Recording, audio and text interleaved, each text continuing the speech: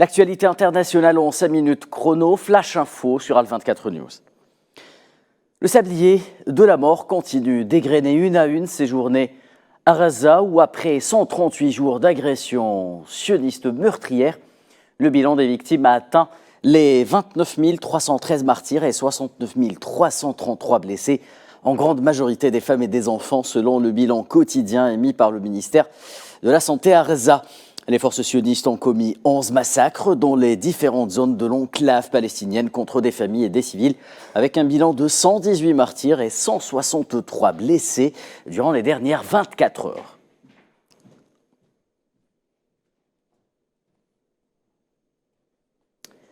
Et dans la région de Nusayrat, au moins 7 martyrs, parmi lesquels figuraient des enfants, ont été signalés ce mercredi à la suite de bombardements ayant justement ciblé 2 maisons situées dans le camp de réfugiés. 15 blessés viennent s'ajouter à ce bilan.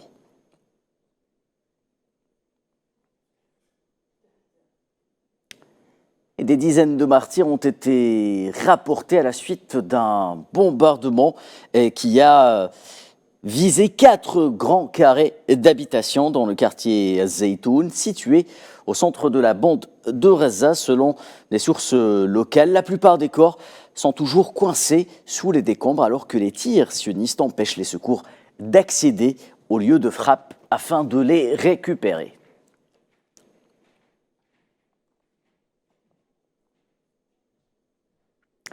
Et même constat dans la région de Deir el-Balah où pas moins de 6 martyrs sont tombés à la suite justement du bombardement par l'armée d'occupation d'un véhicule civil dans le quartier de Abu Hasni dans la ville de Deir el-Balah, je le disais donc, toujours au centre de l'enclave de Gaza.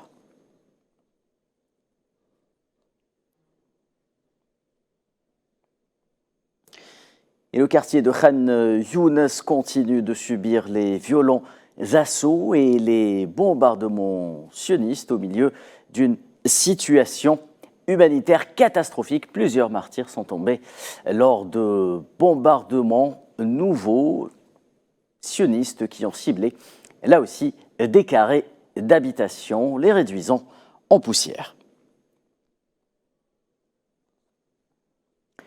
Une nouvelle catastrophe à l'hôpital Nassar où 8 martyrs sont tombés pour manque d'oxygène dans cette structure médicale qui est pratiquement à l'arrêt.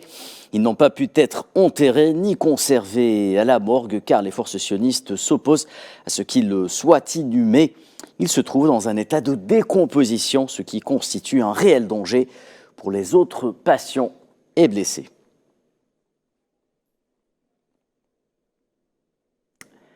Et en réaction au veto américain au Conseil de sécurité au sujet de la proposition algérienne de cesser le feu, la Palestine, par la voix de son ambassadeur aux Nations Unies, a jugé irresponsable l'attitude de Washington.